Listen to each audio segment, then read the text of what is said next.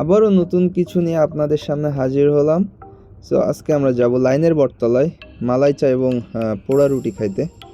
So এটা check করার জন্য অনেক দূর দূরান্ত থেকে কিন্তু লোকজন আসে, যেটা কিনা কুষ্টিয়া জেলায় অবস্থিত। সো আমরা চলে আসছি প্রায়। সো এইখানকার যে পরিবেশটা খুবই ভালো ছিল।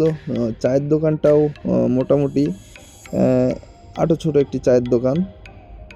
আমরা তো মনে করছিলাম যে মালাই চা এবং পোড়া রুটির মানে যে যতটা নাম ডাক আর কি, যে অনেক বড় সড়ো দোকান হবে। সো আসলে এসে দেখি তেমনটা কিছুই না। তবে আমরা সেখানে নামার পরে আমাদের জন্য 2টা চা এবং 2টার পোড়া রুটি অর্ডার করি। সো এখানকার পরিবেশটা মোটামুটি ছিল, ভালোই ছিল, এবং যে চা এবং পোড়া রুটি এটাও মোটামুটি ছিল, ভালো ছিল। খুব মানসম্মত বা খুব ভালো এটা আমি বলবো না। এই যে আমাদের চা এবং পোড়া রুটি দিয়ে গেছে, তবে মোটামুটি ভালো ছিল।